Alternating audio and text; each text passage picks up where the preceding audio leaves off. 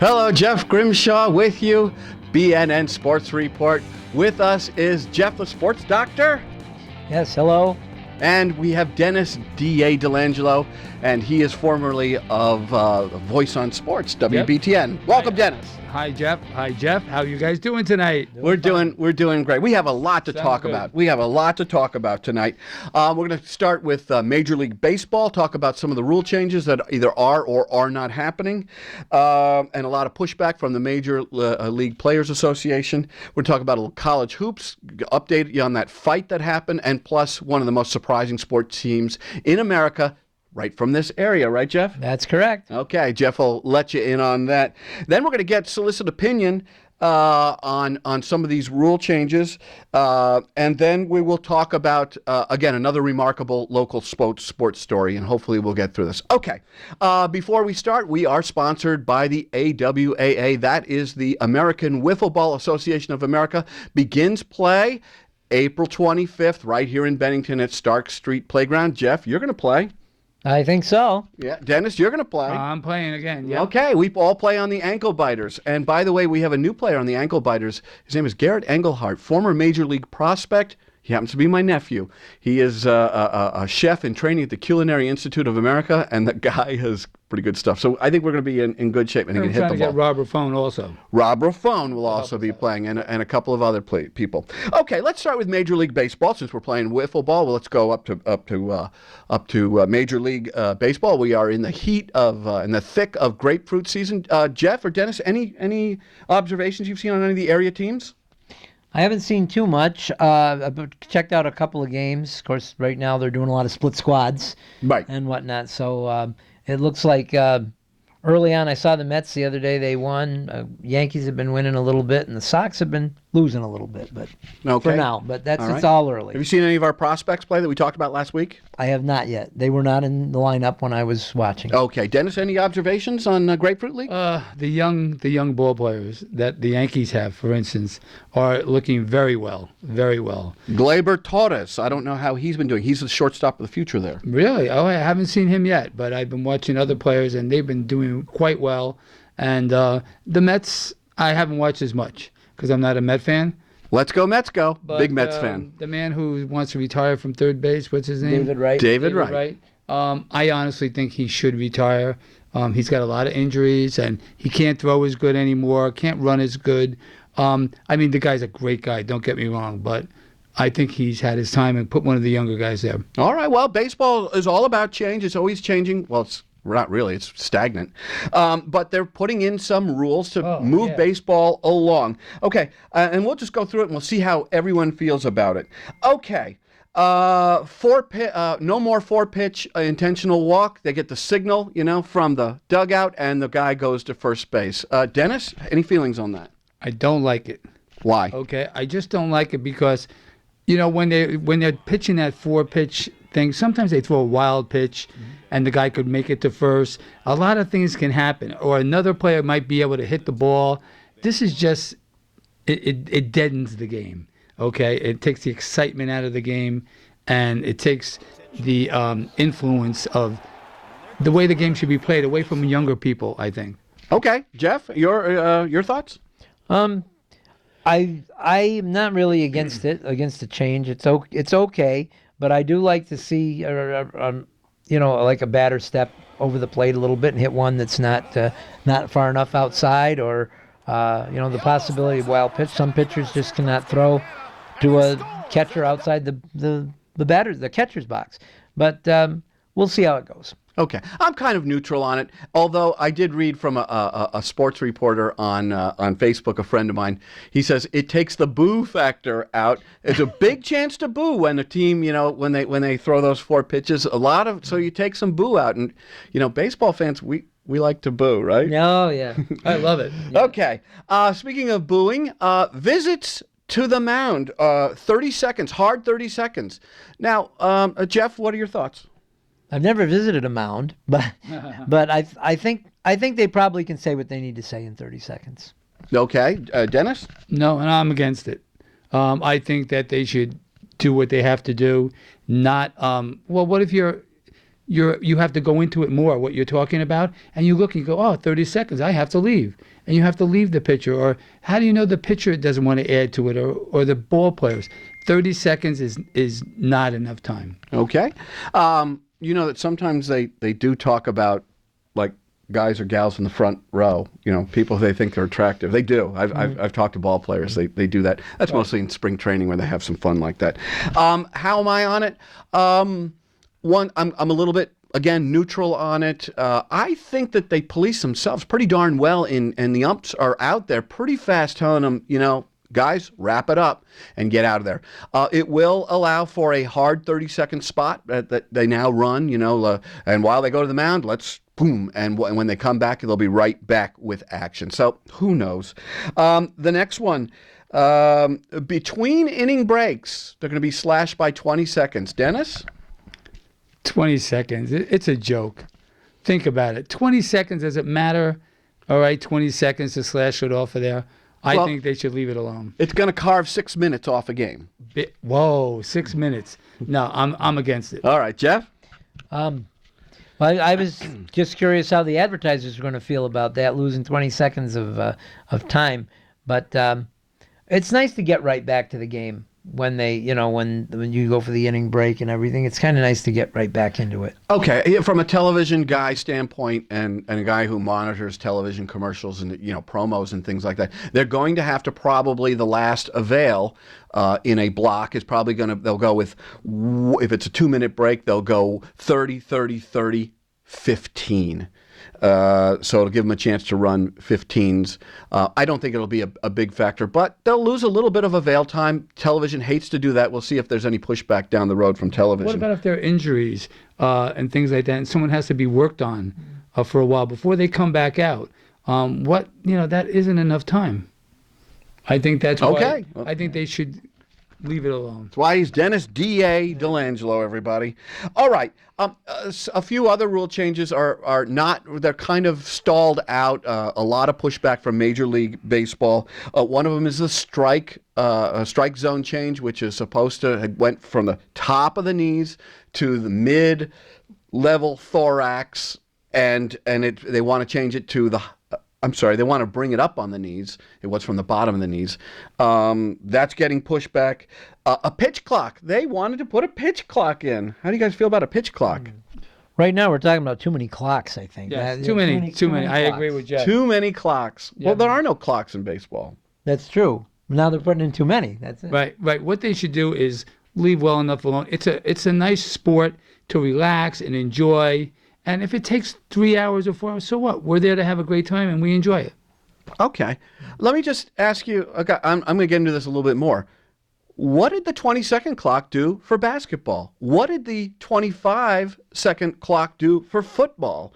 So I look at history, and I look at these time constraints in moving the game along, and we have seen incremental, and on the NFL front, massive new consumption, and we've seen baseball stagnate. I'm going to get into that in a little more, but I want you guys to just think about that, about stagnation versus innovation and what it does for consumption. We'll go back to that. Another one is limits on trips to the mound, and the MLBPA, they're really upset about that one. Well, trips to the mound, you can only make 2 trips, and you have to take out the pitcher. Right. So they're talking about if you switch pitchers multiple times in an inning, and then I think they're going to allow you maybe it's 5 trips to the mound in a game. In a game? Without changing pitchers, I would imagine. I'm against it. Again, I'm against it. Sorry. He's against it. There's a traditionalist I'm right a traditionalist, and that's how I like it. The game should be. And all the people that are at the stadium are there to enjoy the game and enjoy certain things that have gone on over the years. Okay. We'll talk about consumption in a second. Giving up the ghost. Everyone, I think, has given up the ghost on that ridiculous man on second in extra innings, almost like a college football overtime scenario. So that is not happening. Even Rob Manfred has said, you know what, we're giving up the ghost on that. Okay, now let's go zoom up to 50,000 feet, and let's talk Rob Manfred. I mean, he's pushing these things through. What is this guy barking up the wrong tree? According to you, Dennis, yeah. Oh, yeah, I think he is. I think he really is. I don't know what he's trying to do. But I know the baseball ratings have been down, so he's trying to do things to get more people to enjoy the game. Okay. Jeff, what's Rob Manfred trying to do?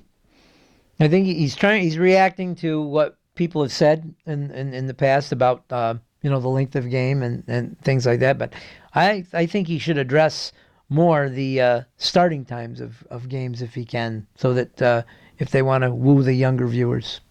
Ooh, you mean like afternoon World Series games? Yeah. Woo! Just like when I was a kid. He's against it. No, I'm against it because a lot of us can't watch a World Series game in the afternoon. And kids weekends only, but kids are in school, a lot of things like that. I agree with Jeff, though. They should, instead of having a game 8 or 9 o'clock, they should bring them down a little earlier for the kids. That I do agree. Yeah, that's kind of what I meant. Yeah. That's what I mean. Okay, here's my opinion. We saw for so many years Bud Selig do nothing. I called him do nothing. He did nothing, and he watched the game deteriorate in consumption. And sometimes when the pendulum swings to just dead, you have to do stuff to get it starting. So I kind of applaud Rob Manfred. I think he's trying to get something going. Is everything going to work? No. But Bud Selig is responsible for damaging the game to such a degree. He stuck his head in the sand on steroids, let that go completely out of control, and the game has stagnated. I love the game. But, remember in the 60s when the scoring was way down and they shaved six inches off the mound. Scoring went up, consumption went up. So this is America, and we have, again, baby boomers are one thing, Gen Xers are another, and millennials are another. Millennials are the people, they're the kids who want to take golf holes and make them 18 inches so that it's easier because it's just too tough. So in this new generation, we're going to have to make some changes, or the millennials will just let it, and the game will go off the marketing cliff. And we don't want that to happen. So that's what I'm saying. You guys have gotten your opinion. But you know what? Bud Selig was put in there by the owners, and he was an owner. Okay, so they did everything for him, and they pushed to do anything he wanted, basically. Okay, so that's why I think it was wrong to have him as the person in charge of the league. Because he was an owner. He should have never been in charge in the beginning because he's looking out for the owners, not the players. You know what Bud Selig did with his business when he had to sever ties?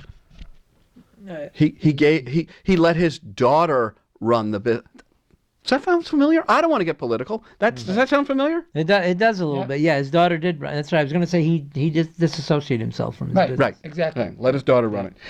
Okay. College hoops. Two things. Let's update you on the fight that happened between Southern Vermont College and Daniel Webster College. Did you guys know? We showed video last week, and it was a pretty nasty fight. 25 police officers had to quell that fight. Are that many police officers there? I had to call them in. Oh my God, I didn't know that. 2 guys were arrested. 1 guy is being held on $50,000 bail. Wow. That's got to be almost unprecedented for any college basketball. So you know what? You're going to have to punish the Daniel Webster program, right? Just the Daniel Webster program? Well, No. they were the perpetrators. They were the perpetrators. Okay. So you gotta just put the screws to that. Not gonna happen. You know why? Because Daniel Webster College is closing its doors in May. Oh, okay. So they've gone out in some kind of style. Okay, let's talk about the other amazing surprise in college basketball local. Jeff, I'm going to give this to you. What is this big surprise in college basketball? Okay, well, I won't let everybody hang. It's the University of Vermont, who won 18 straight games. They went undefeated in their conference, and their record is 26-5, and that is really uncharted waters for them. They're doing really well. Right. They never did that before? Never. I don't think there's ever been a team to go undefeated in America East play. I think I read that today. We know that Vermont has never gone undefeated in conference play. So it is, they're in uncharted waters, and they are looking, they're going to start the America East tournament. They are expected to win it, and that will punch their ticket for the big dance. Okay, here's the question. If the Catamounts, go Catamounts, if they falter, will they still get an at-large ticket to the big dance? Jeff? I'm going to say I think they should, but I don't think they'll get it. I think they'll say hello NIT. I agree with Jeff. I don't think they'll get it. They should, but they won't. I always smile when people say NIT because the NIT used to be the tournament when I was growing up at the Garden, I should say. Yeah, At the Garden. You going to the NIT at the Garden, Dennis? Yeah, right. I would love to. I love the Garden. Oh, who doesn't love the Garden? Do you ever go to the old Garden? Yes, I have.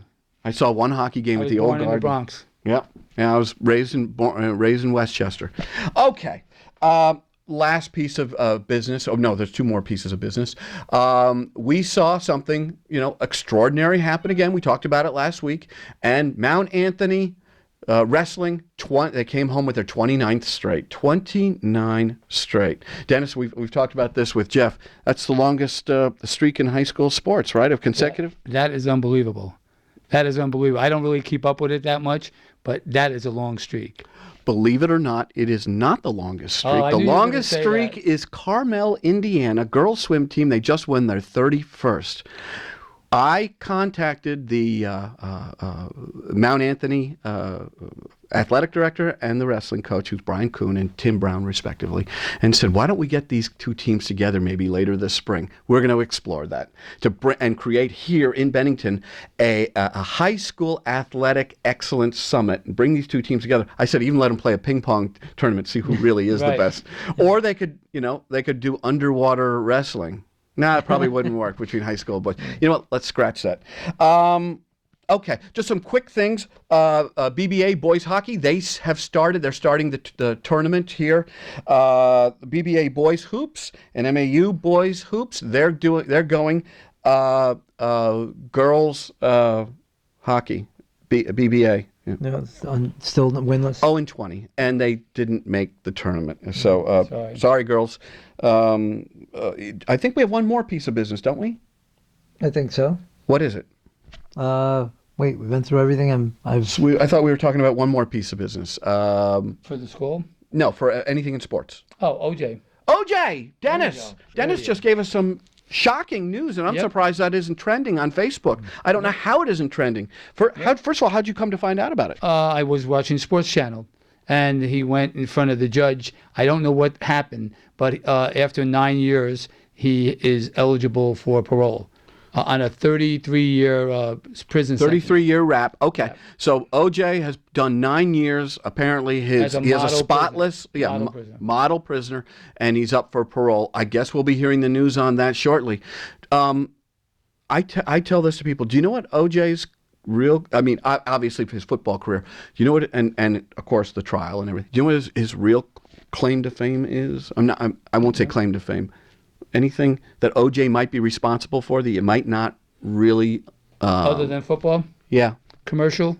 Yeah, well, the Hertz TV commercial. the Hertz commercial? No, here's what happened. In 1994 and 1995, the TV ratings for CNN and Court TV were so high and so spectacular that Fox News and MSNBC were both created in 1996 because there was gold in them thar news network hills. And all of the opining, all of the editorializing, all of the slant is all because of OJ. Really? Yep. He's responsible. Thanks, OJ. Yeah. Well done. Right. All right. Anyone else have anything else? I was just going to say, if you want to comment and say what your favorite conference is for the basketball tournaments, which one you'll be watching, and the conference tournaments are starting, so enjoy them. Tourney time, Dennis. We didn't bring up anything about the Daytona 500. That was just this past Sunday. Yeah, there was a spectacular ending, but I don't an watch. ending. I know you What guys happened? don't watch What it. happened? Well, somebody won it in the last lap of the race. I can't remember his name now because there was so many of them. I was all excited. But what a race. And there was so many accidents that knocked out the main people that by the end you didn't know who was going to win. It was very exciting. I just don't remember the name of the man who won. I watched the whole race. Yeah, I saw. I didn't. Was it Kyle Busch? Yeah, it was Kyle Busch. Kyle Busch. There you go. That was great. Wasn't Danica Patrick? No, Danica Patrick was knocked out early, even though she's my favorite. Really? Yeah, she's my favorite. Okay, Sorry. who's his favorite? Okay, so we're going to wind things up here. We thank you for watching. Please comment. Tell us what you like. Tell us even what you don't like. We want to see if we might want to start a March Madness pool. Don't know how that logistically will work out, but if you would like to participate, just say, hey, I want in on the pool, and we will try and make something happen for you. Now, the BNN Sports Report is brought to you by the AWAA. Great wiffle ball. It begins in April.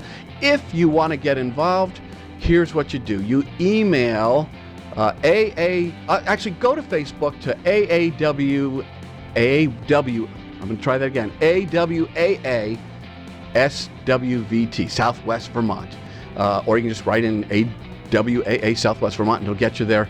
All sorts of information there on how you can get involved. It's a ton of fun, great exercise. These guys play. We're all on the ankle biters, and we will be getting hit in the head and all sorts of great stuff. You have a good time? Yeah, awesome. Okay, Dennis? Oh, wait, this is beautiful. I love it. Okay, all right. So for Dennis D.A. DellAngelo and for Jeff, the Sports Dr. Fortier, I'm Jeff Grimshaw, and this has been the BNN Sports Report.